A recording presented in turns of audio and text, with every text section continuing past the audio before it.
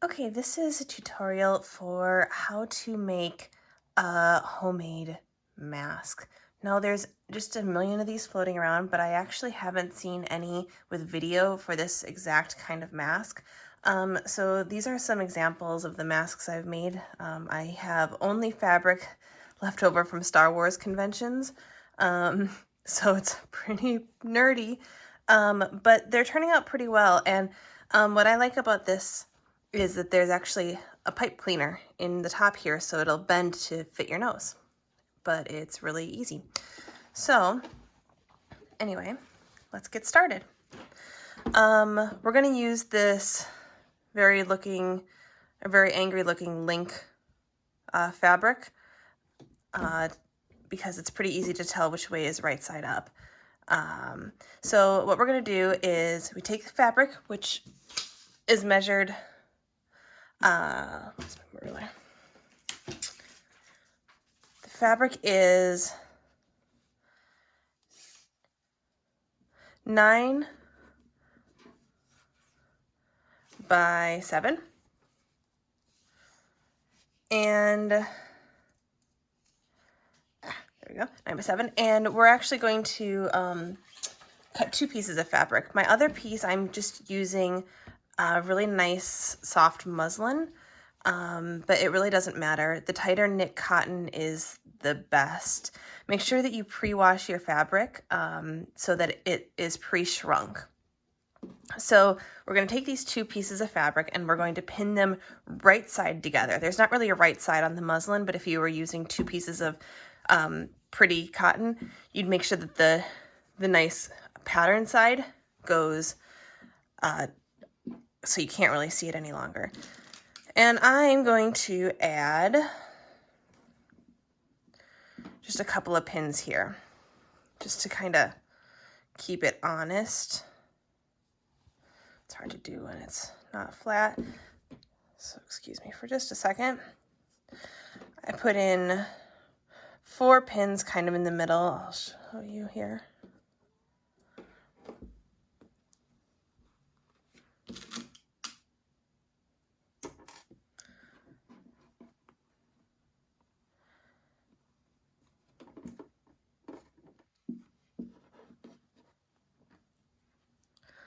All right, so here's my fabric, and I put in a pin here, here, here, here, just kind of in the middle, random, just so it doesn't slide around. And you can see, I didn't even do that good of a job of cutting it and matching it up, but that's okay. So we're gonna start at the bottom. So you can see link here is, this top is that way. So we're gonna start here at the bottom. And I'm going to give it about, a 1/4 inch seam allowance or so. And I'm going to start about halfway down this fabric. So I'm not starting here at the end. I'm scooching it all the way down, and it's about halfway. It's not an exact science, just wherever. And between a 1/2 and 5/8 seam allowance, we're going to sew until we almost hit the corner, but then we're going to stop. And we're stopping here, so we're grabbing our elastic. And the elastic is 7 inches. So what I'm going to do here with the elastic is I just kind of nestle it into this corner. And at this point, I'm probably going to have to undo one of these pins here. So I'm just going to take that off. I'm going to nestle this elastic here into the corner. So it kind of makes a diagonal. And I'd say this is probably maybe around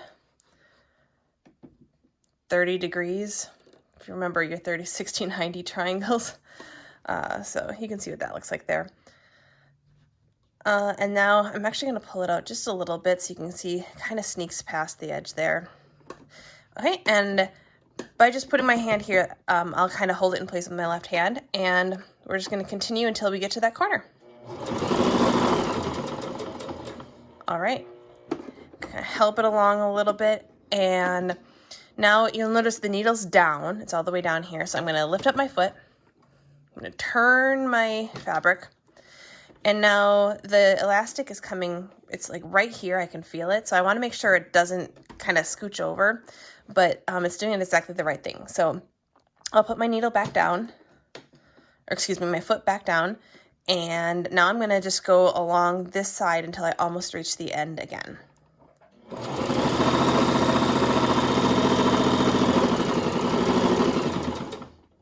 Fabric started to creep a little bit there. That's okay. You can just kind of do that. All right, here we are almost at the end. And now I'm going to undo this pin.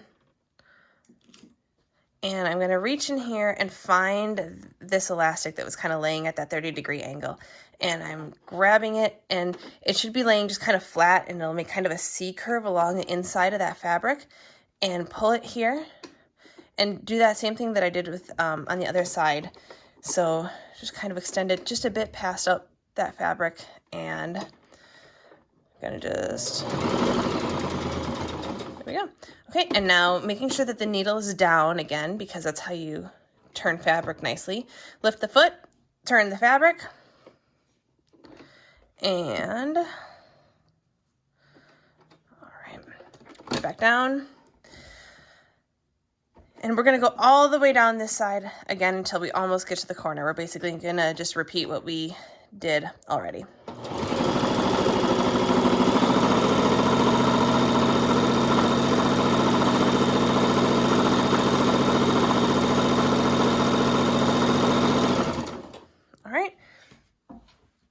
And here's a second piece of elastic. I'm gonna do that same thing. Oops, I got a little close to the edge there. That's okay. I'm just gonna lift the foot to give myself a little room to move. And I'm gonna slide this in there. Doesn't really matter what the end does. I'm gonna move this pin, it's kind of getting in my way. All right, so you can kind of see that nice 30-degree angle again.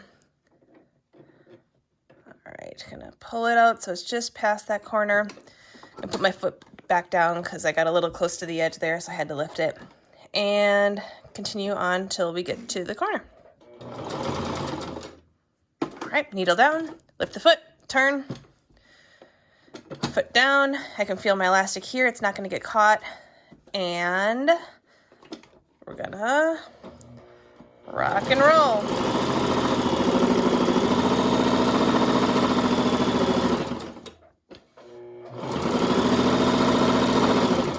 All right, and now I'm gonna remove this final pin because pretty much the fabric's all held together by stitches now. And again, I'm gonna reach in here and find that fabric. It's a little bit less space to move on this side, but that's okay. Make sure it's laying flat and look for that kind of C, curve it around. So you can see I curved it around. And I'm laying it flat here. You can see the fabric's kind of bunching up. That's to be expected because your elastic is pulling it together. So don't worry about that. Okay, so there we go. We have it here pulled out past the edges a little tiny bit and holding it in place. And to the corner. All right, needle down, lift the foot, turn. Now what we're gonna do here, you can see right here, this is where I started, kind of towards the middle. I'm gonna stitch until about here. So I'm gonna leave a gap because what I'm ultimately gonna end up doing is turning this thing inside out. So foot down, and on we go. All right, make sure that your thread releases so you can pull this. There we go.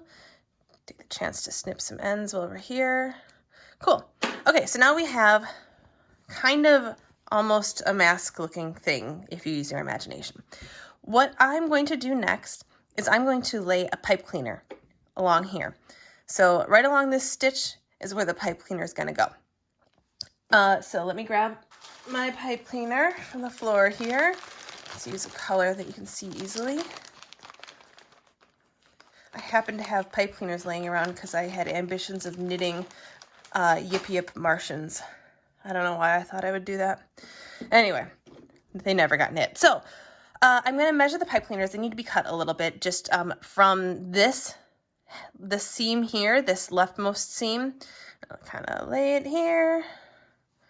And you really don't have to do anything special. Just eyeball it to right there and just give it a cut. All right. Okay. I'm going to pin this down because pipe cleaners just kind of tend to sprung everywhere. So I'm going to pin it right underneath so you can just see that black line right above where the yellow pipe cleaner is. All right. Gonna go on the left, one in the middle, and actually what I'm doing with these pins is kind of making like a little pocket with them. It's sprung everywhere. Okay, so I'm going in and then out, and then over the pipe cleaner and in and then out. So it's kind of almost stitching. I'm making a little mini stitch with a pin. Okay, so now you can kind of see, I can kind of readjust and line this up, and this middle one didn't come out quite right, so I'm just gonna pop that up a little bit.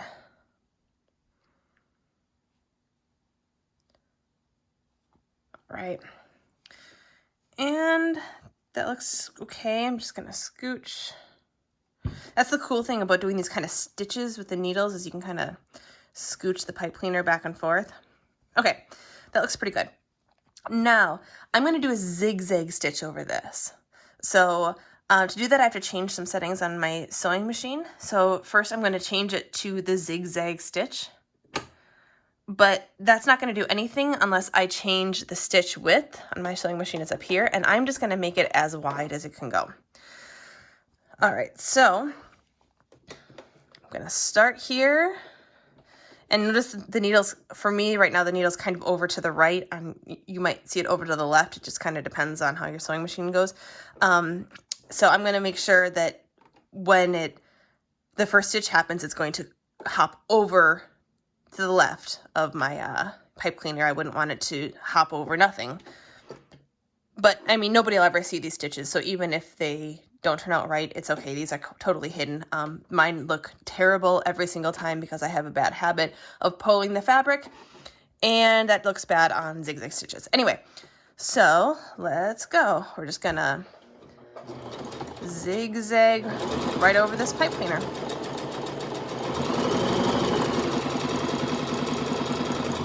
At this point, you can probably get rid of these pins as you hit them.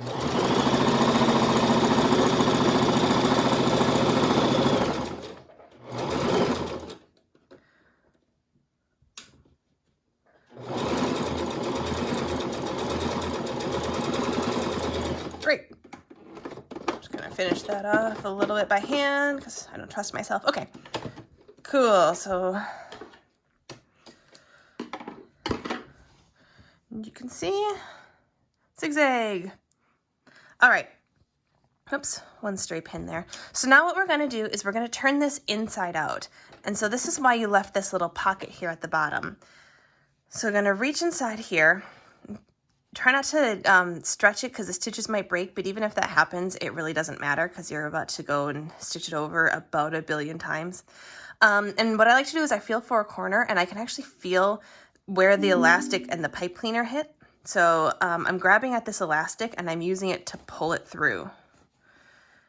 And I kind of pull and finagle, and then I go to the other side and repeat. And that's a pretty good way to make sure that you don't accidentally ruin those stitches.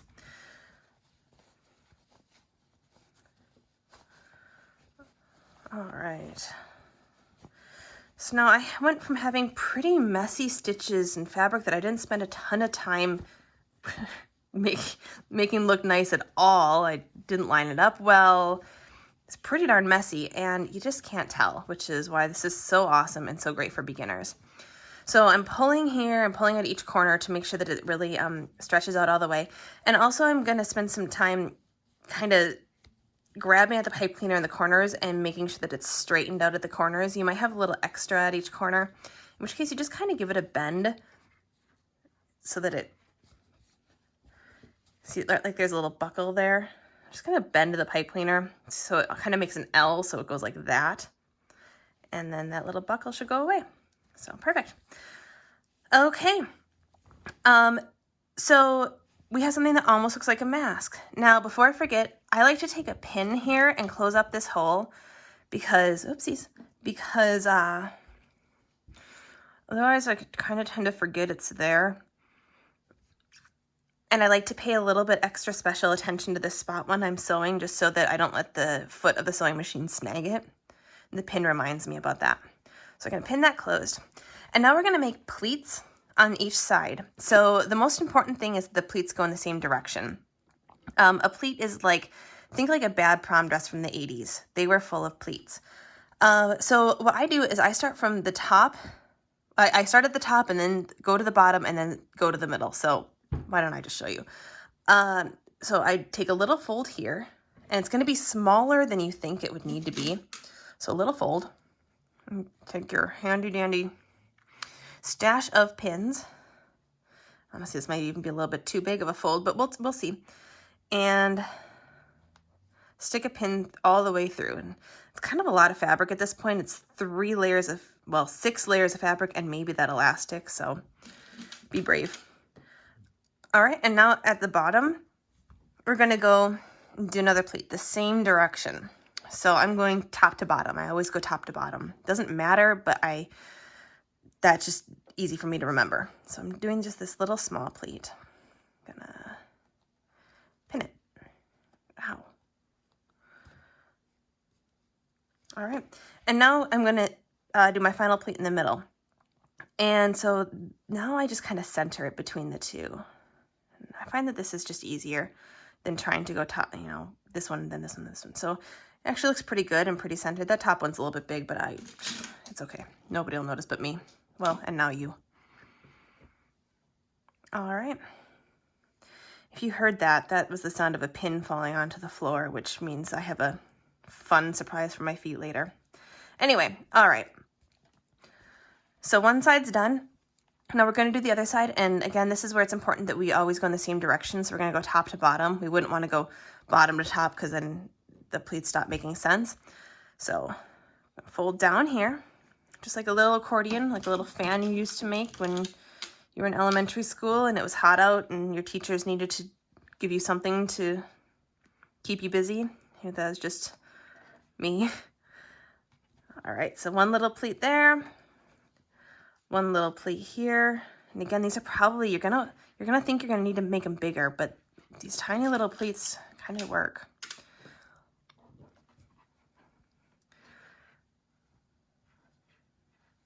Ow. Okay, and then this final one in the middle. And so I'm just centering, so see this fold lines up with these two folds line up and these two folds line up, and that's how you center those pleats.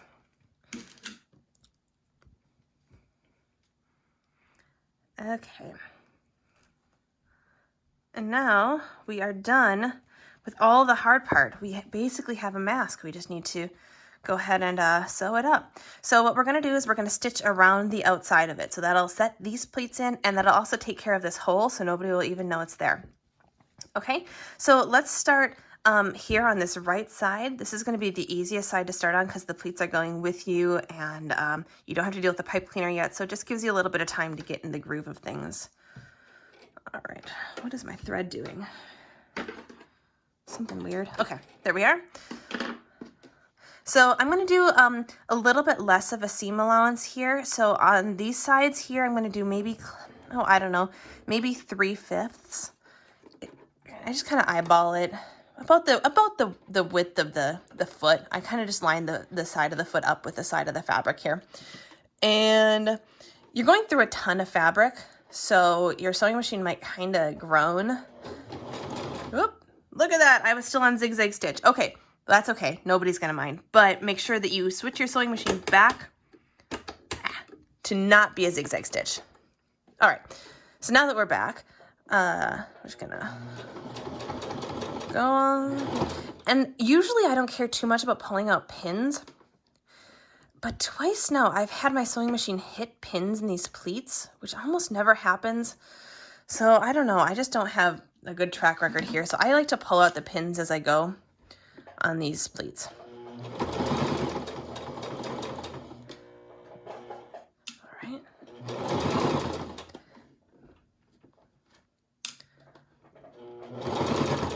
All right, now we're hitting here edge. A lot of fabric to go through, and I kind of like to use the side crank and my foot all at once to really get down here towards the bottom. Okay, so with the needle down, lift the foot and put the foot back down after rotating. And now we're trying to sew really close along the edge here. I didn't actually get that close, but that's okay. We'll just kind of swerve out and nobody will mind. So I'm gonna,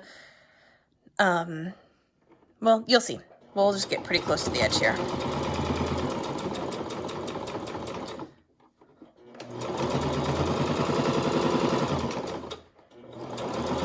Now I'm coming up on this hole, so I want to be a little bit mindful, just make sure that everything's tucked in, and my sewing machine isn't going to grab it, or nothing bad's going to happen, so I'm just going to spend a little time adjusting here.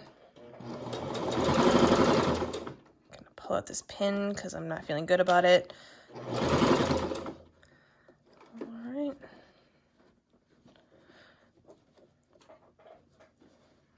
A little bit of extra fabric there, so I'm just gonna grab it and yank it. All right, and so now to deal with these pleats, sometimes it just works, sometimes you need to give it a little bit of help. I'm just gonna lift, see how this fabric is going over the top of the foot here? I'm just gonna kind of urge it underneath the foot, lift the foot just a tiny bit and back down, and now it's under and I don't have to worry about it at all. And now we're back in pleat territory, so it's hard. All right, and make sure that the needle's down and turn, and the foot's back down. Okay, pull this needle out and back through these pleats. Ooh, now what I sometimes, so these pleats are going the other direction. So as your sewing machine foot goes over them, it's actually kind of pushing them forward.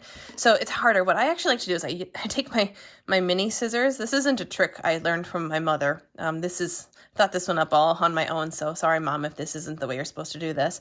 But I actually kind of use the mini little scissors to smash the fabric down here. And that way I don't get my fingers caught and the fabric doesn't get caught over the top of the foot. So everybody wins. Oh, this is gonna be my sewing machine's gonna have a hard time getting through this pleat. Yeah. Aw. Such a good little beast. Okay, so now we're at the side with the pipe cleaner. So gonna make sure the needle's down, lift the foot, turn. And so this pipe cleaner it's not going to get in the way of your sewing machine, but it's just kind of a thing to be mindful of.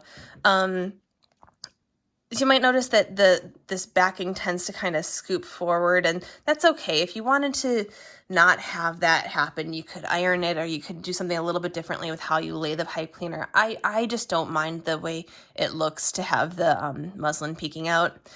But anyway, what we're going to do now is we're going to stitch just on the other side of this pipe cleaner. So we'll just carefully, you can see I'm actually pulling the elastic there to give myself a little leverage.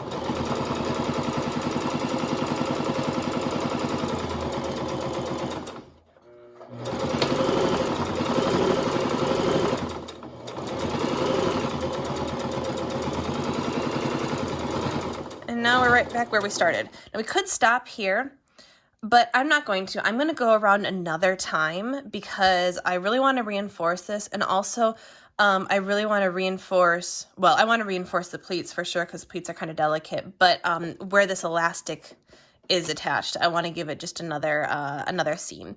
I've seen some patterns tell you to go over the elastic several extra times. I don't think it's necessary because I think we're going over it about 4 times. So I think it's sufficient, but If you want to, you can. Anyway, okay, needle down. We're just gonna zoom through.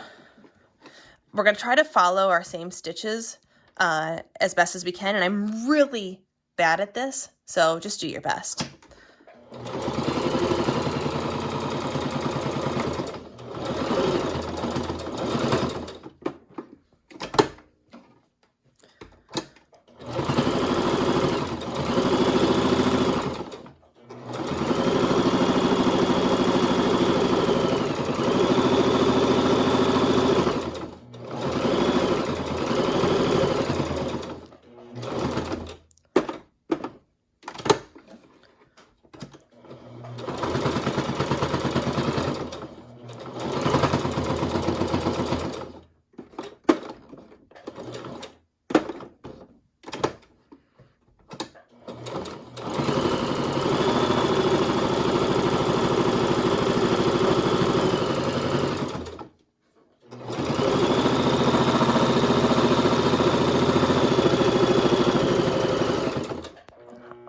We're done. I'm just going to give it a little back and forth here.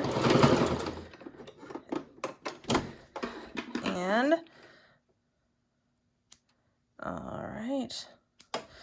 Now let's cut all of our extra thread here. Unless you had to stop and restart, it should really only be the one. Okay, one last step. We're going to give the chin just a little tuck so that it kind of gives a little contour under the chin. So what we're going to do is we're going to fold it inside out so that the muslin's facing out or your backing's facing out. So we're folding it in half. We're just finding the middle. All we're doing here is finding the middle. And this is completely eyeballed. So it's about maybe, you're going to do maybe a thumb's width here. But what we're ultimately going to do is we're just going to sew a line from about there to about there.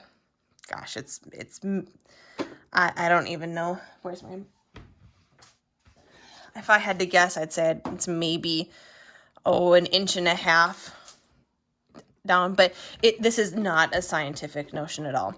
So we just start here and just a little triangle.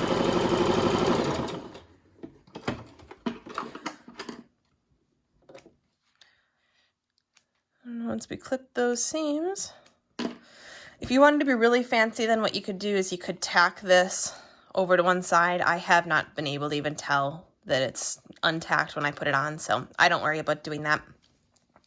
But now, let me turn this. Now we have a mask that actually fits pretty tightly thanks to this chin tuck and thanks to the ability for you to center it or squash it over your nose. So you should be able to get these done in maybe 15 minutes, half an hour if you're not as familiar. And they're really easy, a great beginner project. And I hope that you go out and make some.